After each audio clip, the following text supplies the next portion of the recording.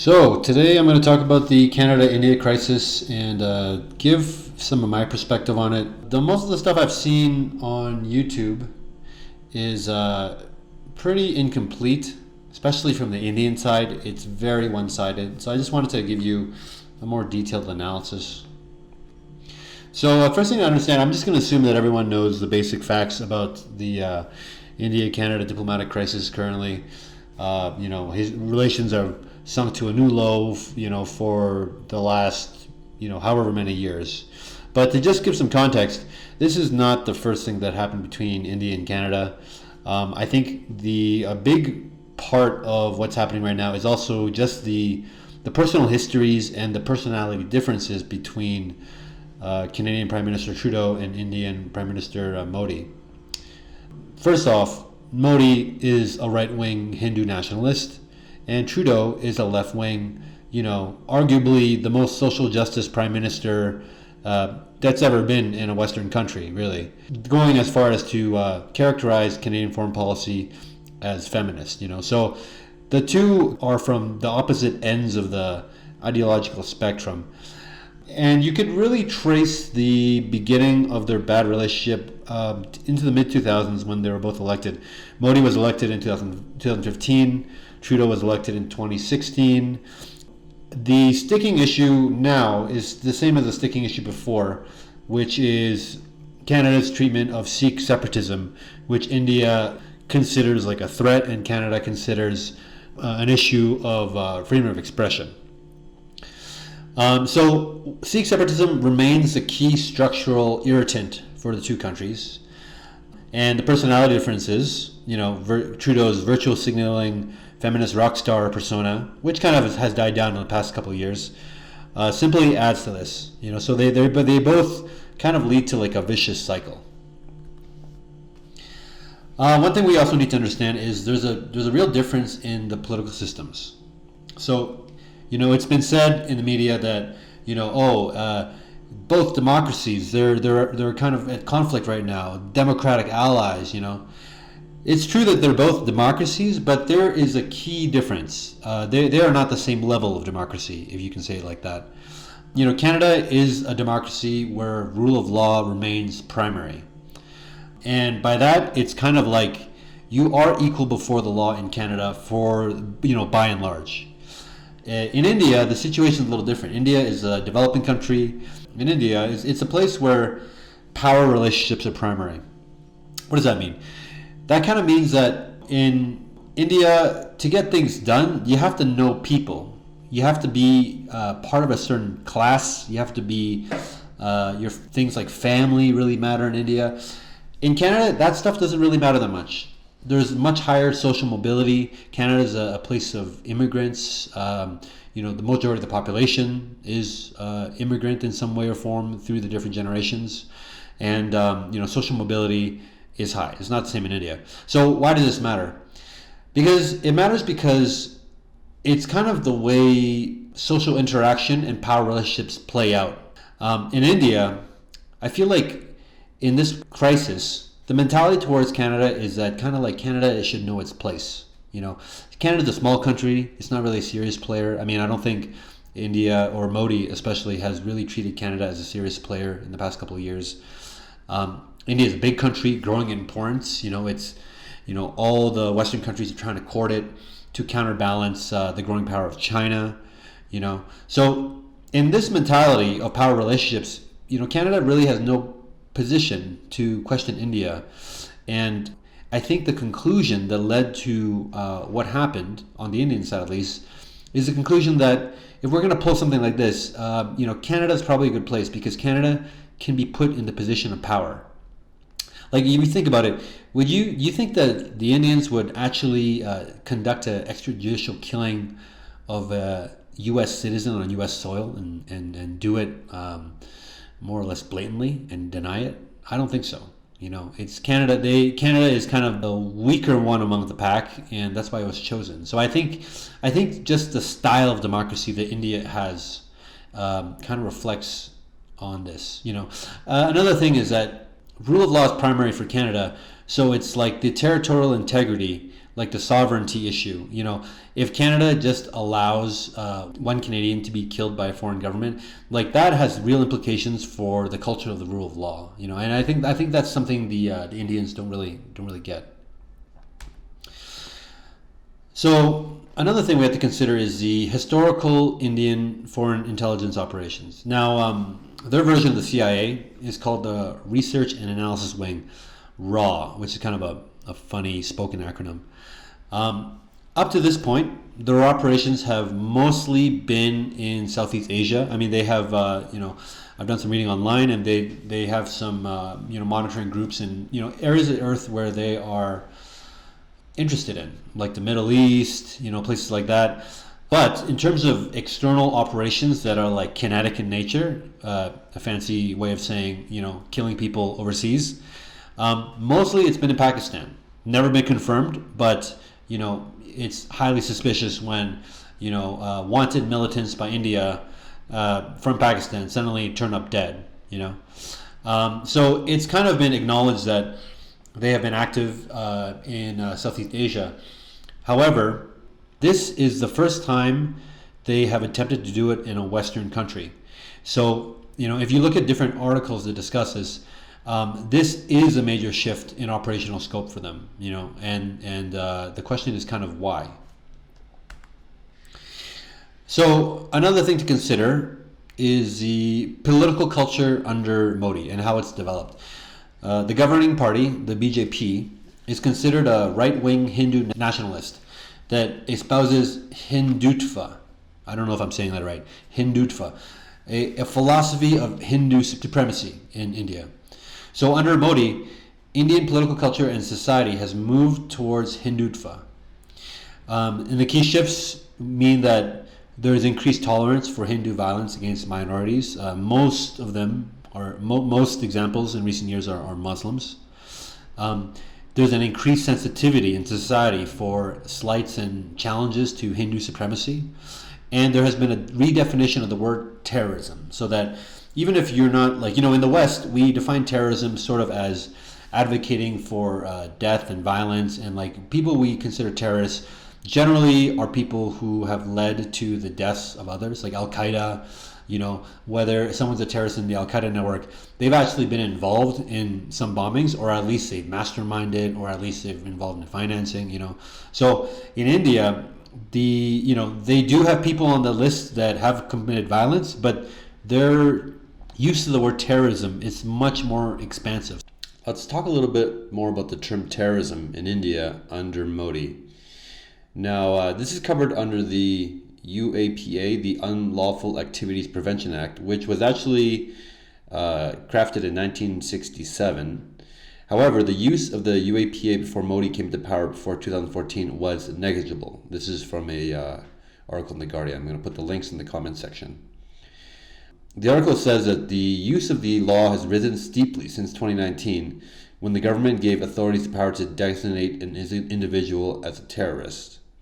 So basically this law, which was not really in use, was kind of repurposed by Modi to go after political opponents and people that he deemed to be threats to Hindu supremacy. So for instance, the law was used to detain and arrest Khurram Parvez, who is a Kashmiri human rights activist. He was jailed in 2021 under the UAPA. And he's a internationally recognized human rights activist and was jailed for terror funding. So I'm only bringing this up to just to let you know how the Indians think of the term terrorism and what their accusation of Nijar for being a terrorist financer might mean. So it's a little hard to know given their dilution of the term terrorist. So according to the New York Times, more than 8,300 people have been arrested and jailed from 2016 to 21 under this law, and this is under this is Indian data that they're citing. So when they say that Nijar was the chief of the Khalistani Tiger Force and was actively involved in operationalizing networking, training, and financing, and he's linked to these bombings, it's kind of hard to know It's kind of hard to know what's what because the Indians are saying one thing. However, we know that they define terrorism in this way, so it's a little hard to trust them at their word. On the other hand, we also know that there was a Interpol. Well, the Indians claim, at least in the Indian media, that there was a Interpol red corner notice, which is kind of like a notice that this person is in your country and you could think about extraditing him. There was like a red corner notice on Najjar for a number of years. However, I did a search on the Interpol website, couldn't find anything. Maybe they took him down because he died, but couldn't find him on that list, and that list is publicly available. So the only source of this is Indian media, which I'm not exactly sure that I trust. So on Sikh separatism in Canada, I think the key point here is that in Canada it's covered under freedom of speech. As long as they're not really doing anything violent, it's covered under freedom of speech. It would be really hard to actually think of a situation where, Najjar was known to CSIS and the RCMP. They actually warned him that there's threats against his life before it happened. It's really hard to imagine CSIS and the RCMP knowing about Najjar's activities, and if in case he was actually linked to something really violent, continuing to actually work with him and not try to persecute him. So it's hard for me to believe that the Canadian security apparatus would do something like that. My understanding is that the terrorism charges by the Indians is mostly a interpretation of what terrorism means, as with the other unjustly detained people that we saw under the UAPA. So this is my understanding, that in Canada it's covered under freedom of speech. In India it was reclassified as terrorism, and Canada does not agree that this is terrorism. So as to the question, was there any real terrorist financing by Najjar? I mean, I would say it's unlikely, unless there was real incompetence in the RCMP and CSIS personnel handling him, or unless there was a real kind of conspiratorial, liberal-led policy to secretly undermine India by this. But I would highly, highly doubt it. That's like a far-flung possibility, But I guess the conclusion at this point, given that we're all on the internet here, is that there's no real way to verify any of this. India says one thing, Canada hasn't done anything on this, and there's no impartial database or something online to actually verify any of these things. So this is going to be unsolved. I mean, in this video at least. But here's the key thing: this is not about terrorist financing by Najjar anymore. Is or is not. I mean, it's one part of it, but this is about the killing of a Canadian citizen on Canadian soil. So why, we asked a question earlier on, why did India decide to have this sudden change in methodology and operational scope for its foreign intelligence operations? It's killing people overseas. Killing someone in the West, that's a big deal. Now, my understanding is that India thinks that the Western nations will think it's too important. His relationship with India is too important because of the competition with China. So India thinks that Western nations will basically take this Canada thing and throw Canada under the bus. Like, Canada is only so strategically important. India is more important, and we're gonna do what it takes to keep the power relationship with India, where we want it to go. And implicit in this is that in accepting this action, Western nations are going to accept kind of like an exported version of Hindutva, the Hindu supremacist ideology, as a cost of doing business with India. So this is where India miscalculated, and you saw this in Putin's calculation in Ukraine. That could have gone many ways, but what I think everyone was surprised by, including Westerners themselves, is how much the West unified. The thing is, when you threaten key democratic values, the West locks ranks. Rule of law is a key democratic value. Rule of law connected to freedom of expression, and that's what the issue is here. Freedom of expression plus the rule of law. If India is allowed to conduct an extrajudicial killing in a Five Eyes country, and Canada is a Five Eyes country, it degrades the alliance. Remember what, I don't know if you guys watch Game of Thrones, but remember what Tywin Lannister said when Tyrion was kidnapped? He said this to Jaime Lannister. He said, if another member of another house can seize one of our own with impunity, we are no longer a house to be feared. And if India can go killing a Canadian in Canada, in a Five Eyes country, it degrades the prestige of the alliance. So, there's a locking ranks around the democratic value, but there's also a locking ranks kind of in the intelligence community itself.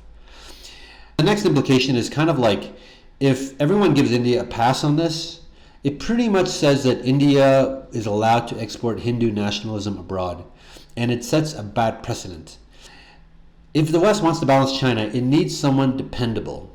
It doesn't need another wolf warrior to be kind of in the mix and kind of exporting its domestic repression abroad, So in a way, the Canada-India issue is kind of a cost-free way for the West to actually shape Indian behavior. And before we get to Allied reactions, let's talk a little bit about Canada's calculation. It's kind of difficult to see the grand strategy in how public allegations Trudeau made.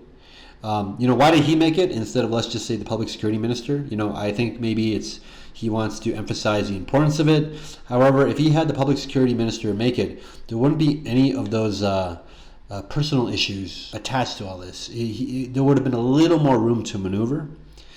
So I'm not sure exactly what the calculation was. Maybe there's a domestic political angle on it. This is something the Indians have harped on, basically saying that Trudeau's only doing this to get votes from the Sikhs, which I think is not a great argument, because the implications for foreign relations with India and trade, like, if anything, a lot more people than the Sikh community is going to be hurt by this, and if anything, it'll lower his chances. He's already pretty unpopular in Canada. My conclusion is that Canada's motivation appears to be national security. The accusations seem to be a last resort way to ensure that these kind of killings do not happen again. Because if they do nothing, basically it'll open the door for a continuation of these operations. That said, it is unclear what the game plan is. What is the end strategy that Trudeau and the Canadian government has to make sure that India, actually sees justice in this? So the key pivot point, we can talk about other relations, other countries around the world and what they think of it, the media reaction, but everyone knows the true pivot point here is the U.S. reaction. It is encouraging on the Canadian side. First of all, the National Security Advisor, Jake Sullivan, spoke, basically saying that India does not get a pass. Like, there's no exception here. If you commit murder, state-sponsored murder in another country, there's going to be consequences. There's going to be follow-up on this, at least. And then Foreign Secretary Blinken spoke about it, which makes it fairly definitive in terms of the stance the U.S. has taken. So overall, my predictions on outcome, we're going to see over the next couple of weeks, but my prediction is that this is an example of India overreaching. It wanted to teach Canada a lesson, show Canada, put it in its place, and it kind of forgot, or kind of misread how important freedom of expression and rule of law is to Western democracies in general. And it's kind of allowed its domestic politics to go global, and it's kind of forgotten that you got to leave that domestic stuff at home sometimes, otherwise it won't be perceived well. China had their wolf warrior phase. Arguably, they're still in it, but they've definitely toned it down a little bit. This is kind of the first instance of an Indian wolf warrior coming out to see the international community. So now India is kind of in a tough spot because it's receiving unified pressure from the West, and it will have to pull back to avoid its losses. However, the Indian public seems pretty united against Canada on this. No doubt there are, as a Western analyst, I do not understand the depth of emotion that Sikh activism brings to it. I think that some of it has to do with how conditioned the Indian public is from kind of Hindu nationalism. However, I simply don't know the depth of emotion that this thing brings up. So the government is in a position where internationally it's going to have to cooperate in some way with Canada or do something to pull back a little bit. But how to do this without losing face to the public? It's put itself in a very tough position too. As much as Canada is hurting internationally, the free trade agreement with India is on hold, which affects a lot of Canadian businesses. Trudeau, I think, I haven't seen many public opinion pieces on Trudeau right now on how the Canadian public looks at all this, but he's taking a huge risk too. But I think that on the balance of it, India actually is in a little more precarious spot, simply because its people are so united against Canada, and basically the U.S. has come down and said, "Listen, you're going to have to work with Canada on this." So we're going to see what happens. As to other actors, China and Russia and North Korea are definitely looking at this. Well, mostly China and Russia, on how they can use this to their advantage. No idea what they're going to do. I mean, I don't think they're going to make overtures to Canada.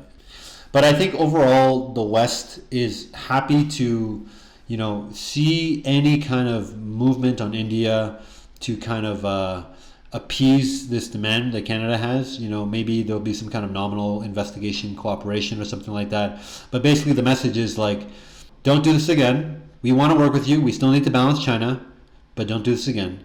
And keep your domestic BS at home. So that's my take for it. I think we'll see how this plays out over the next coming weeks, and then I'll make another video.